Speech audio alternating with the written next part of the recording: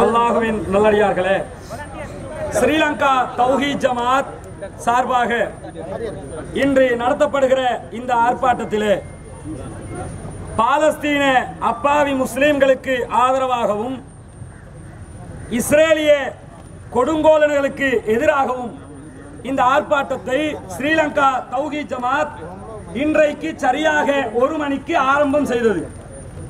இந்த ஆர்ப்பாட்டம் நடத்துவதற்கான காரணம் என்னவென்றால், கடந்த ரமலான் மாதத்தில் முஸ்லிம்கள் புனிதமாக கருதுகிற ரமலான் மாதத்தில் முஸ்லிம்களுக்கு எதிராக, பாலஸ்தீன அப்பாவிகளுக்கு எதிராக நடத்தப்பட்ட ஆரம்பித்த தாக்குதல் இஸ்ரேலினால் கடந்த 1 மாதங்களுக்கு மேலாக நடத்தப்படுகிறது. 2-3 நாட்கள் யுத்த நிறுத்தம் ஏற்பட்டிருக்கிறது. இந்த யுத்தத்திலே இதுவரைக்கும் 2000க்கு மேற்பட்டவர்கள் மரணித்திருக்கிறார்கள்.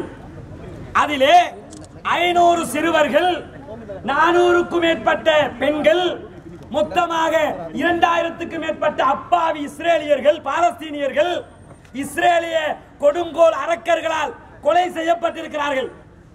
இந்த கொலை நடந்து கொண்டிருக்கிறது. இது இன்றைக்கு மாத்திரம் நடப்பதல்ல. 1948ஆம் ஆண்டு ஆரம்பித்த பாலஸ்தீனத்துக்கு எதிரான தாக்குதல்கள் இன்று வரை இஸ்ரேலினால் நடத்தப்படுகிறது. இந்த தாக்குதல்களை நிறுத்த சொல்லி 70 தடவைகளுக்கு மேல் ஐநா சபையிலே பிரேரணைகள் நிறைவேற்றுவதற்காக பிரேரணைகள் எடுத்து வரப்பட்டது.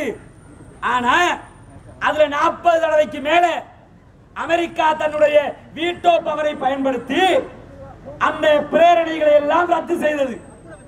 பாலஸ்தீனத்துக்கு ஆதரவாக பிரேரணை கொண்டு வருவார்கள். கொண்டு வர்ற நேரத்தில் அமெரிக்கா என்ன செய்வாங்க தெரியுமா? வீட்டோ பவர் என்ற ஒரு வீணா போன பவர் இருக்குது. அந்த பவரை பயன்படுத்தி இஸ்ரேலுக்கு ஒன்றும் செஞ்சிடக்கூடாது, இஸ்ரேலுக்கு யாரும் எதையும் செஞ்சிடாத அப்படின்றாங்க. எதுக்காக செய்யறான் தெரியுமா? அமெரிக்காவும் பிரித்தானியாவும் சேர்ந்து ஐநா சபையோடு சேர்ந்து உருவாக்கிய கள்ளப்பிள்ளை தான் இந்த இஸ்ரேல். இலங்கையிலே கடைசி யுத்தத்திலே யுத்த தர்மத்தை இலங்கை அரசு மீறியது என்று சொல்லி இலங்கைக்கு எதிராக ஆக்ஷன் எடுக்க வேண்டும் என்று சொல்லி நவநீதம் பிள்ளை என்ன செஞ்சாரு? ஐநா சபையில மனித உரிமைகள் கவுன்சில்ல இலங்கைக்கு எதிராக ஜெனீவாவிலே தீர்மானம் கொண்டு வந்தார். இது மாதிரி ஒரு தீர்மானத்தை முதல்ல யாருக்கு எதிராக கொண்டு வரணும்? பாலஸ்தீனத்துக்கு ஆதரவாக இஸ்ரேலுக்கு எதிராக கொண்டு வர வேண்டும். ஆனால் இதுவரைக்கும் நவநீதம் பிள்ளை அதை செய்யவும் இல்லை, செய்யவும் மாட்டார். காரணம் என்ன தெரியுமா? ஐநா சபை உருவாக்கப்பட்டது நாடுகளுக்கு இடையில பிரச்சனைகள் ஏற்படுற நேரத்தில் அதை சால்வ் பண்றதுக்கு, அதை சமாதானமா தீர்த்து வைக்கிறதுக்கு. ஆனா பாலஸ்தீனத்துக்கு அடிக்கிற நேரத்தில் ஐநா சபை என்ன செய்யறாங்க தெரியுமா? இஸ்ரேலை நாங்கள் கண்டிக்கிறோம். கண்டிக்கிறதுக்கு தான் ஐநா சபைன்னா அப்படி ஒரு ஐநா சபையே தேவையில்லை. ஐநா சபை எதற்காக உருவாக்கப்பட்டது? இந்த ஆர்ப்பாட்டத்தின் ஊடாக ஐநா சபைக்கு ஒரு முக்கிய கோரிக்கையை உலக மக்கள் சார்பிலே நாங்கள் முன்வைக்க விரும்புகிறோம். அது என்ன கோரிக்கை என்றால், பாலஸ்தீன அப்பாவிகள் மீது எப்படி இஸ்ரேலிய ராணுவம் தாக்குதல்களை நடத்துகிறதோ இதை விட அதிகமாக ஐநா சபை தன்னுடைய அமைதிப்படையை இறக்கி இஸ்ரேலுக்கு எதிராக ஆர்ப்பாட்டம் செய்ய வேண்டும், இஸ்ரேலுக்கு எதிராக போராட்டம் செய்ய வேண்டும், இஸ்ரேலை தாக்க வேண்டும். ஏன் தெரியுமா? இன்றைக்கு பச்சிலம் பாலகர்கள் நாம் எல்லாம் பார்க்கிறோம். பெருநாள் அன்றைக்கு சந்தோஷமாக நாம் அத்தனை பேரும் உண்டு சந்தோஷப்பட்ட அந்த நாளிலே பாலஸ்தீனத்திலே பச்சிலம் பாலகர்கள் கொன்றொழிக்கப்பட்டார்கள். ஆனா நம்முடைய இலங்கை அரசு, இலங்கை நாட்டினுடைய அதிமேதகு ஜனாதிபதி அவர்கள் இதுவரைக்கும் கடந்த 30 வருடங்களாக பாலஸ்தீன மற்றும் இலங்கை நட்புறவு சங்கத்தின் தலைவராக இருப்பவர் ஜனாதிபதி மஹிந்த ராஜபக்ஷ அவர்கள். நிறைய பேருக்கு தெரிஞ்சிருக்கும், கொஞ்சம் பேருக்கு தெரியாமலும் இருக்கும். பாலஸ்தீன இலங்கை நட்புறவு சங்கத்தின் தலைவராக மஹிந்த ராஜபக்ஷ அவர்கள் இருக்கிறார்கள். பாலஸ்தீனம் கடந்த 1 மாதங்களாக தாக்கப்படுகிறது. ஆனால் இலங்கை அரசு சார்பில் ஒரு கண்டன அறிக்கை கூட வெளியிடப்படவில்லை. இஸ்ரேலை கண்டிக்க மாட்டோம் என்று வெளிவிவகாரத்துறை அறிவிக்கிறது. ஜிஎல் பீரிஸ்ட கேட்கிறாங்க பார்லிமெண்ட்ல, நீங்க ஏன் இஸ்ரேலை கண்டிக்கல? பீரிஸ் இருக்கார்ல, அவர் எப்பயுமே கோப்பையில டீ குடிக்கத்தான் ரெடி. பீரிஸ் தானே, அவர்கிட்ட கேட்கிறாங்க, நீங்க ஏன் பாலஸ்தீனத்துக்கு எதிராக ஒரு அறிக்கை கூட விடல, பாலஸ்தீனத்தை இஸ்ரேலை ஏன் கண்டிக்கல அப்படின்னு பாராளுமன்றத்தில் கேட்டா அவர் என்ன சொல்றாரு தெரியுமா? பாலஸ்தீன தூதுவர் கூட அதுக்கு கவலைப்படல, அதனால நாங்க கவலைப்படல. பாலஸ்தீன தூதுவர் ஒவ்வொரு நாளும் உங்ககிட்ட வந்து அழுதுகிட்டு இருப்பாரா? எங்க மக்களை காப்பாத்து காப்பாத்துன்னு உங்ககிட்ட வந்து கெஞ்சணுமா? யோசித்து பாருங்கள். பாலஸ்தீனத்தோடு உள்ள நட்புறவையும் பேணிக்கொண்டு இஸ்ரேலோடு ஒரு கள்ள தொடர்பை அரசு வைத்துக் கொண்டிருக்கிறது. இந்த கள்ள தொடர்பை உடனடியாக அரசு இல்லாமலாக்க வேண்டும். எவ்விதமான தொடர்பும் இலங்கை அரசுக்கும் இஸ்ரேலிய அரசுக்கும் இடையில் இருக்கக்கூடாது என்பது இந்த போராட்டத்தின் ஒரு முக்கிய அம்சமாக இருக்கிறது. அத்தோடு இன்றைக்கு நாம் போராட்டம் நடத்த போகிறோம் என்று சொல்லி எப்ப அறிவிச்சோம் தெரியுமா? 10 நாளைக்கு முன்னாடி பத்திரிகைக்காரங்க எல்லாரையும் கூப்பிட்டு எல்லா மீடியாவும் வரவழைச்சு நாங்க இஸ்ரேலுக்கு எதிராக ஆர்ப்பாட்டம் நடத்த போறோம் அப்படின்னு அறிவிச்சோம். அறிவிச்சு 10 நாள் தாண்டிடுச்சு. நேத்து திடீரென்று காலையில ஒரு ஆங்கில இணையதளத்தில் பொதுபல சேனாவினுடைய அமைப்பாளர் திலந்த விதானக்கு ஒரு அறிவித்தலை விட்டிருக்கிறார். என்ன அறிவித்தல் தெரியுமா? எஸ்எல்டிஜே இஸ்ரேலுக்கு எதிராக ஆர்ப்பாட்டம் நடத்தினால் நாங்கள் இஸ்ரேலுக்கு ஆதரவாக ஆர்ப்பாட்டம் நடத்துவோம். எஸ்எல்டிஜே டாய்லெட் போனா நீ வந்து கழுவி விடுவியா? எஸ்எல்டிஜே டாய்லெட் போனா நீ வந்து தண்ணி ஊத்துவியா? ஏன் கேட்கிறேன் தெரியுமா? நாங்க என்ன செஞ்சாலும் நீ வந்து தலையிடணும்னு நினைக்கிறல. என்ன ஆச்சரியம் தெரியுமா? நேத்து நைட்டு ஒரு 10:30 மணி இருக்கும். மாளிகாத்த போலீஸ் நிலையத்திலிருந்து ஓஐசி வர்றாரு. அவரை நாம மதிக்க மாற்று கருத்துல வந்து கோர்ட் சோழரோட வர்றாரு. என்ன கோர்ட் சொல்றான்? நீங்க ஆர்ப்பாட்டம் நடத்த போறீங்க, கொட்டுவ ஸ்டேஷனுக்கு முன்னாடி ஆர்ப்பாட்டம் நடத்தக்கூடாது, கோர்ட்ஸ்ல இருந்து ஆர்டர் எடுத்திருக்கிறோம். நாங்க என்ன கேட்டோம் தெரியுமா? சந்தோஷம். சட்டம் தன் கடமையை செய்கிறதா? எப்படி? சட்டம் தன் கடமையை செய்கிறது. சட்டம் தன் கடமையை முதலாக எங்கு செய்திருக்க வேண்டும்? அலுத்கமையில செஞ்சிருக்கணும். செஞ்சீங்களா? அலுத்கமையில, தர்கா டவுன்ல, பேருவலையில பொதுபல சேனாவினுடைய இனவாதத்தினால் 8 பேர் மீது துப்பாக்கி சூடு, 300 வீடுகள் எரிக்கப்பட்டது. அவ்வளவு அநியாயம் நடந்தது. ஒரு தடை உத்தரவு எடுக்க முடிஞ்சதா? இல்ல. குருநாகல மாவட்டகமையில அதிஷ்டான பூஜா யாரு? பொதுபல சேனா. ஆனா போலீஸுக்கு அதுக்கெல்லாம் தடை உத்தரவு எடுக்கலாம். கேட்டா அதிஷ்டான பூஜா வந்து என்ன சொல்றாங்க தெரியுமா? என்ன செய்ய? அவங்க மதகுருமார் சொல்றாங்க, நாங்க கேட்கத்தானே வேணும். நாங்க என்ன கேட்கிறோம்னா, இந்த நாட்டின் ஜனாதிபதி மஹிந்த ராஜபக்சவா இல்லை கலகொட அத்தே ஞானசார தேரரா? அவர் சொல்றதை கேட்டாடுறதுக்கு ஒன்று மட்டும் சொல்லிக் கொள்கிறோம். மீண்டும் மீண்டும் முஸ்லிம்களின் பொறுமையை சோதிக்கிறீர்கள். முஸ்லிம்கள் சட்டத்திற்குட்பட்டு போய் கொண்டிருக்கிறோம். சட்டத்திற்குட்பட்டு போராடுகிறோம்.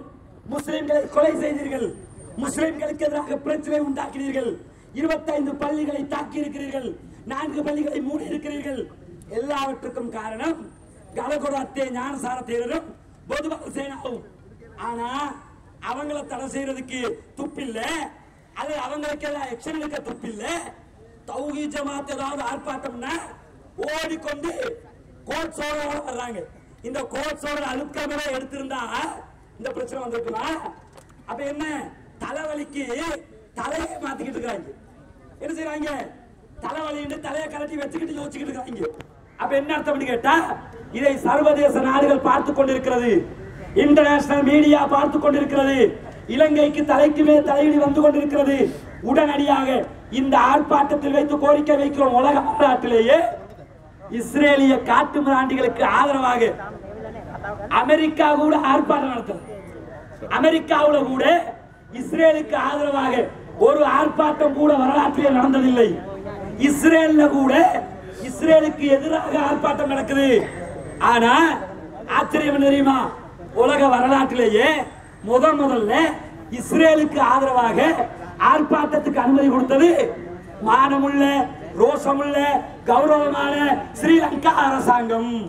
எப்படி இந்த அரசு தான் முதல்ல கொடுத்திருக்கு.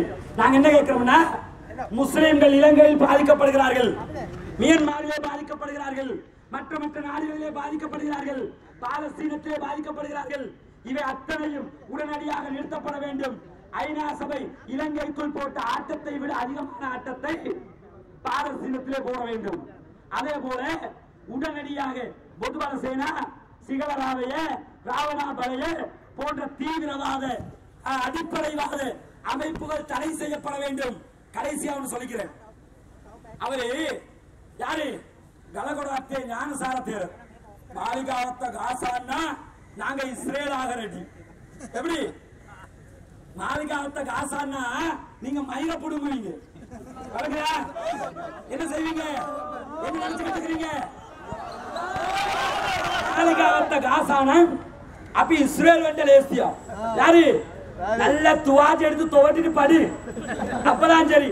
அலுக்கம மாதிரி நினைச்சிட்டீங்களா? ஒரு அலுக்கமையில் தப்பித்து விட்டீர்கள். முஸ்லிம்களுடைய பொறுமையை சோதிக்காதீர்கள்.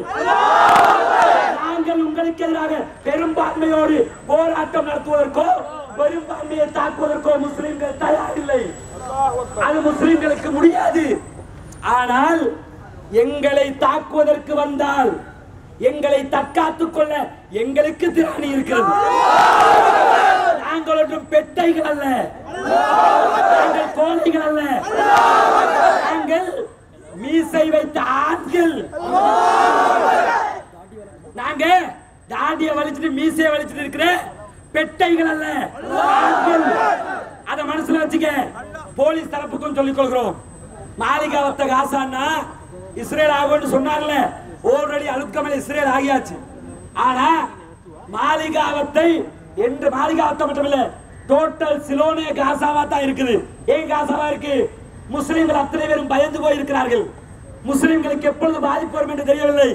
இப்படியான ஒரு சூழ்நிலை இந்த நாட்டிலே உருவாக்கப்பட்டால் அதிமேதகு ஜனாதிபதிக்கு சொல்லிக் கொள்கிறோம், இன்ஷா அல்லாஹ் இதே நிலை தொடர்ந்தால், ஞானசார கைது செய்யப்படாமல், பொதுபல சேனா, ராவணாபலைய, சிங்களராவைய போன்ற அமைப்புகள் தடை செய்யப்படாமல் இதே இனவாதம் தொடர்ந்தால் இன்ஷா அல்லாஹ் எதிர்வரும் ஜனாதிபதி தேர்தலில் முஸ்லிம்கள் அரசாங்கத்துக்கு தக்க பாடம் புகட்டுவார்கள் என்பதில் எவ்வித மாற்று